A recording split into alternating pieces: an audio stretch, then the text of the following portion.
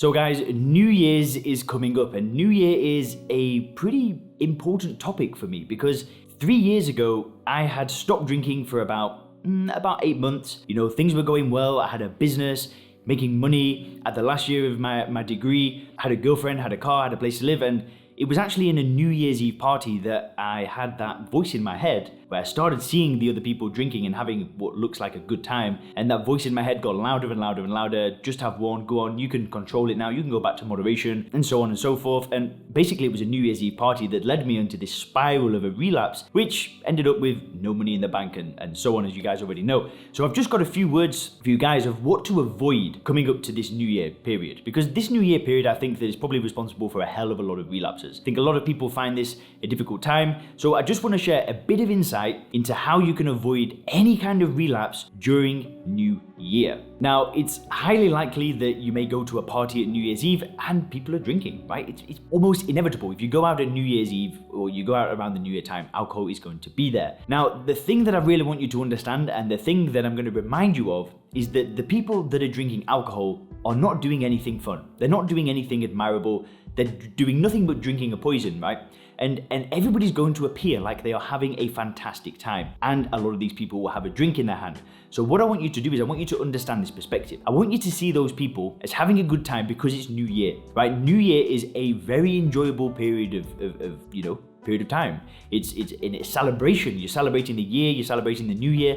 A lot of people start some new habits, they start these resolutions, and it's a great time of year because especially this year when it's been a difficult year with coronavirus, with the US election, there's a lot of high stress moments that are happening at the moment. So this new year is going to feel pretty exhilarating. It's like, right, great. I can kind of leave this year behind me and step into a new year. And people are going to feel good. They're going to be happy. They're going to be out. They're going to be talking. They're going to be having a great time. And a lot of those people will have a drink in their hand. Now, when you see those people celebrating and being happy, cheers, hugging their friends, that is not the alcohol. The alcohol is not enhancing their occasion. I fell for this. When I had that relapse, I thought that alcohol was enhancing all of the occasion for these people. It wasn't the alcohol. It was the fact that it was New Year.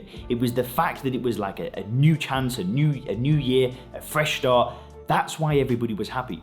The alcohol had absolutely nothing to do with it, right? And if you see the alcohol as enhancing a fantastic time of year anyway, you're going to be in a bad position. And that's the mistake that I made. I got into this mindset of looking at these people dancing and hugging and kissing and whatever. And I thought that, well, they're all drinking, so it must be the alcohol that is causing the good time. I got stuck into this mindset trap, and it wasn't true. How do I know that? Well, it's because I've been to plenty of other parties without drinking. Other people have been drinking, and I've enjoyed it because of the moment. And for some strange reason, during that New Year's party, I didn't see it for what it was. I didn't see the celebration as actually just an enjoyable on its own, regardless of the alcohol. So that's the first thing that you've got to see. You've got to see this as a good time of year to celebrate, and people are going to be happy. The alcohol is not causing the happiness. The happiness is caused by the time of year.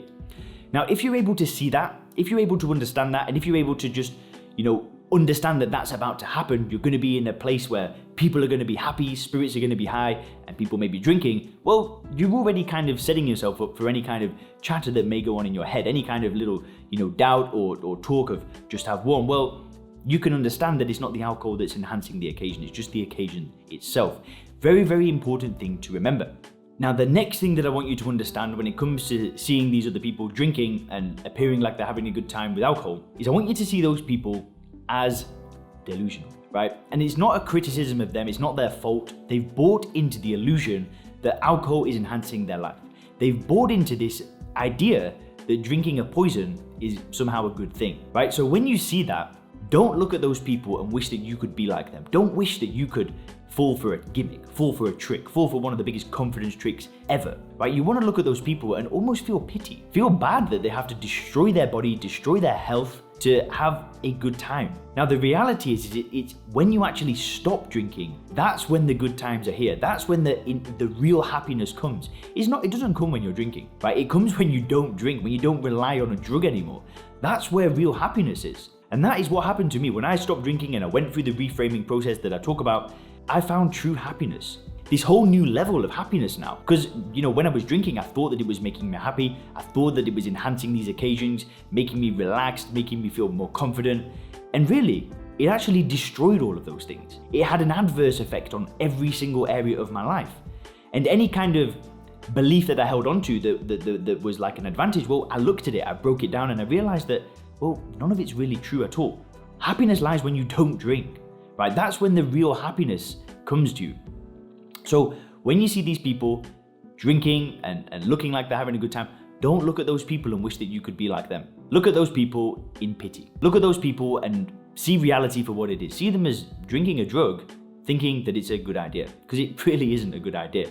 There's not a single benefit of drinking alcohol at all. And I've already made a video talking about that. I'll link it here about the pros and cons of not drinking, but kind of a bit of a spoiler there. There is not a single con of not drinking because there's not a single advantage of drinking. So how could we look at somebody that's drinking a poison and think that we could be like them? If all these people were walking around drinking bleach, we're not going to look at those people and wish that we could have a bit of bleach, because we're not conditioned to think that drinking bleach was a good idea. You know, that's an easy kind of switch to make, right? If everybody started drinking bleach tomorrow, would you want to start drinking bleach? If the media started showing that bleach was a great thing to drink, would you want to start drinking bleach? Well, of course you wouldn't, because you're not going to fall for it. But because from day one of being born, and because everybody around us has kind of told us that drinking is a good thing, is an okay thing, is going to enhance your life, because that's happened from day one of being born, well, we start to buy into this illusion. But, you know, if alcohol was basically created today, right? Let's say that alcohol was never a thing, and right now alcohol came out, not a single person on the planet would drink it, because we're not being conditioned to actually think that it gives us something. And that's really the secret of stopping drinking, is reframing the way that you view alcohol and understanding it for what it is, right? Because all it is a poison. That is it.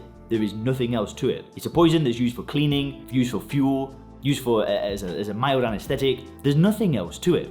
And actually, if you want my help going through that reframing process, where we use the first principles mental model to stop drinking without AA, without willpower, without rehab, without any of that stuff, there are some spaces open on my calendar at the moment. There'll be a link below this where you can watch a short video, then book a call, where you'll be able to talk to me or a member of my team to actually see if the reframing method that I take people through to stop drinking without those things, AA, willpower, etc. Well, you can see if that would work for you. Short video in the description. And guys, if you click the videos on the screen now, you can learn more about some of the benefits of stopping drinking, and also the one thing that I learned that got me to stop drinking forever. Thanks a lot.